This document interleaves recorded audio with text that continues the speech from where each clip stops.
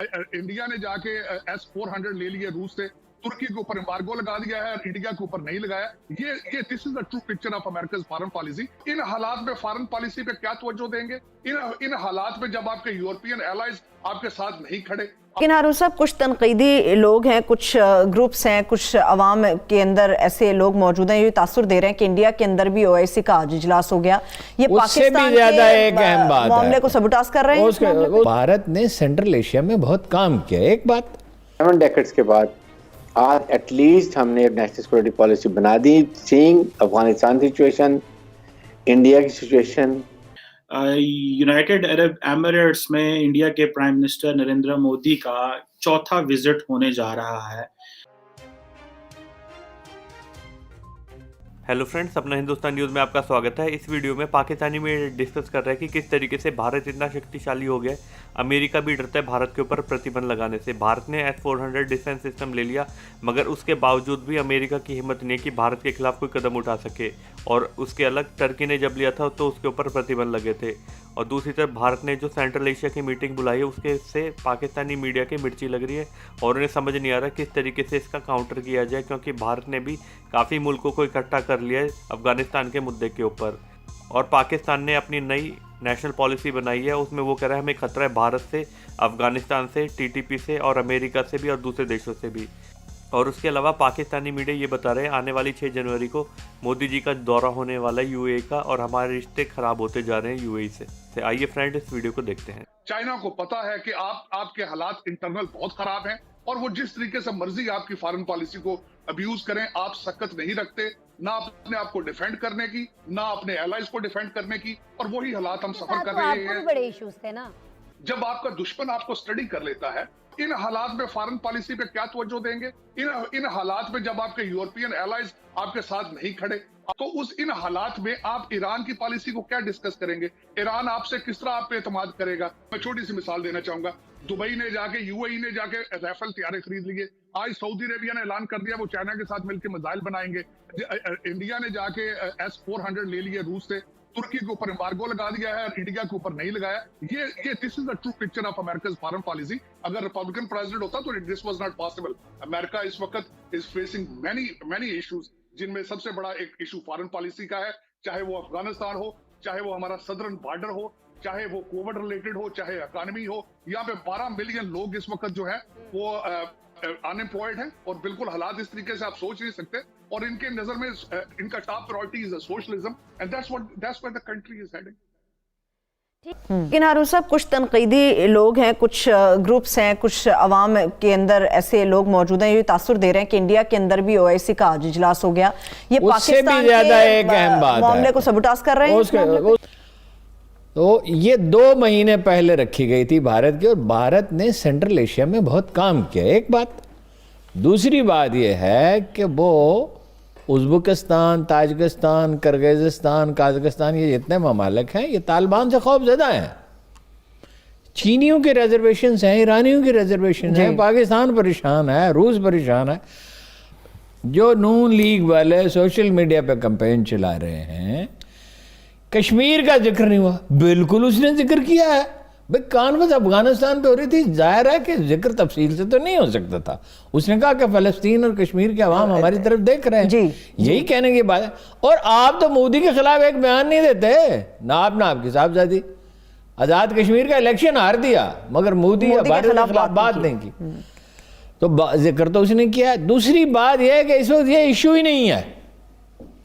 OIC में issue इस वक्त फ़लस्तीन कश्मीर नहीं है, बहुत अहम इशू है, मगर आज नहीं है। आज ये है कि लाखों इंसानों के भूख से मर जाने का खतरा है। सवाल मेरा आपसे ये है कि ये जो आज इजलास हुआ, जिसमें पाकिस्तान की सिविल और मिलिट्री क़यादत शरीक थी, उसके बाद ये एक इलामिया जो आया, उसमें कहा गया कि first ever national security policy Pakistan की, उसकी मंजूरी दी गई है। कल ये काबीना में अब जाएगी मंजूरी के लिए। अभी बताया तो नहीं गया कि क्या है, उसके खदोखाल क्या है, लेकिन मेरा सवाल आपसे ये है कि ये पहली पॉलिसी बनाई है हमने नेशनल सिक्योरिटी। पिछले 70-72 साल जो हैं, क्या हमारा मुल्क किसी भी नेशनल प्लान, सिक्योरिटी प्लान के बगैर चलता रहा है?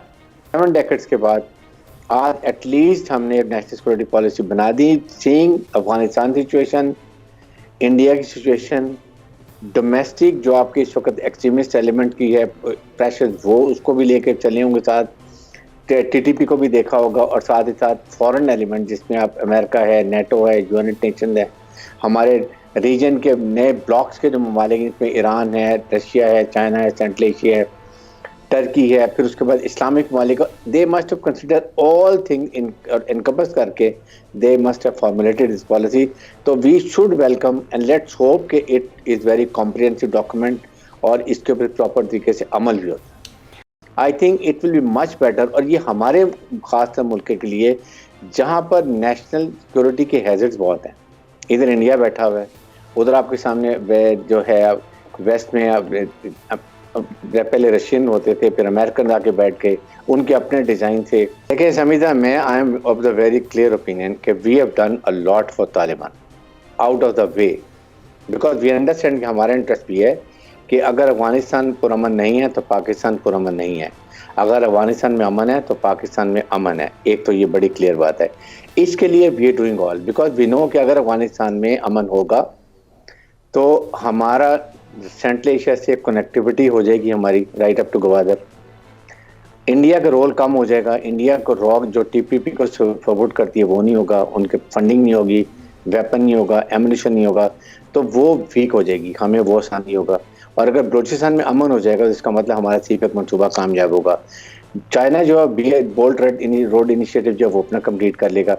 तो इसलिए हमारा सबसे ज़्यादा इंटरेस्ट है कि अफगानिस्तान में अमन हो जाए, जिसके लिए पाकिस्तान इतनी कोशिश करे. लेकिन now is the time when Afghan government is unstable, they want Pakistan support. Pakistan is doing out of the वे, जाके अमेरिका को नाराज करके भी वो समझ रहे हैं कि हमने तालिबान को बड़ा सपोर्ट किया और इसकी वजह से वो बातें नाराज हैं, वो भी हमने सब कर लिया. So now is the time Pakistan should put one demand सिर्फ कि tell TTP to kick out from there, don't stop them. तो आपने वादा किया है आपकी सरजमीन किसी के खिलाफ इस्तेमाल नहीं होगी. So let the TTP push towards Pakistan and we are there to sort them out, or else they should negotiate on our terms, and our terms are accept Pakistan का आइन और कानून, हथियार डालें, जो हिनेस क्राइम में लोग हैं वो पकड़े जाएंगे, उनको उनकी उस सजा भी. यूनाइटेड अरब एमिरेट्स में इंडिया के प्राइम मिनिस्टर नरेंद्र मोदी का चौथा विजिट होने जा रहा है 6 जनवरी 2022 में. और मजे की बात यह है कि फॉर लॉन्ग पाकिस्तान ने अपनी एक मोनोपोली रखने की कोशिश की मुस्लिम वर्ल्ड में. उस मोनोपोली को समवेयर इट सीम्स कि इंडिया ने तोड़ने की कोशिश की और बहुत हद तक वो कामयाब हुआ. और वो ये था कि जैसे मैंने बताया कि ये चौथा विजिट है नरेंद्र मोदी का जनवरी 22 में, यानी कि इससे पहले वो 2015 में बेसिकली गए थे. अच्छा, मजे की बात देखें, 2015 में जब नरेंद्र मोदी यूएई गए, उससे पहले तकरीबन 30 साल तक कोई इंडियन प्राइम मिनिस्टर जो है वो यूएई नहीं गया. इंदिरा गांधी 1981 में गई थी. अब आप इमेजिन कर लें कि ये कितनी बड़ी डेवलपमेंट है. और अभी आप देखें कि अभी क्वाड 2 की बातें हो रही हैं, जिसमें Israel, UAE, America and India की बात हो रही है. और जो इंडिया के फॉरेन मिनिस्टर जयशंकर हैं, वो कहते हैं कि जो यूएई है वो हमारी एक्सटेंडेड नेबरहुड है. एक्सटेंडेड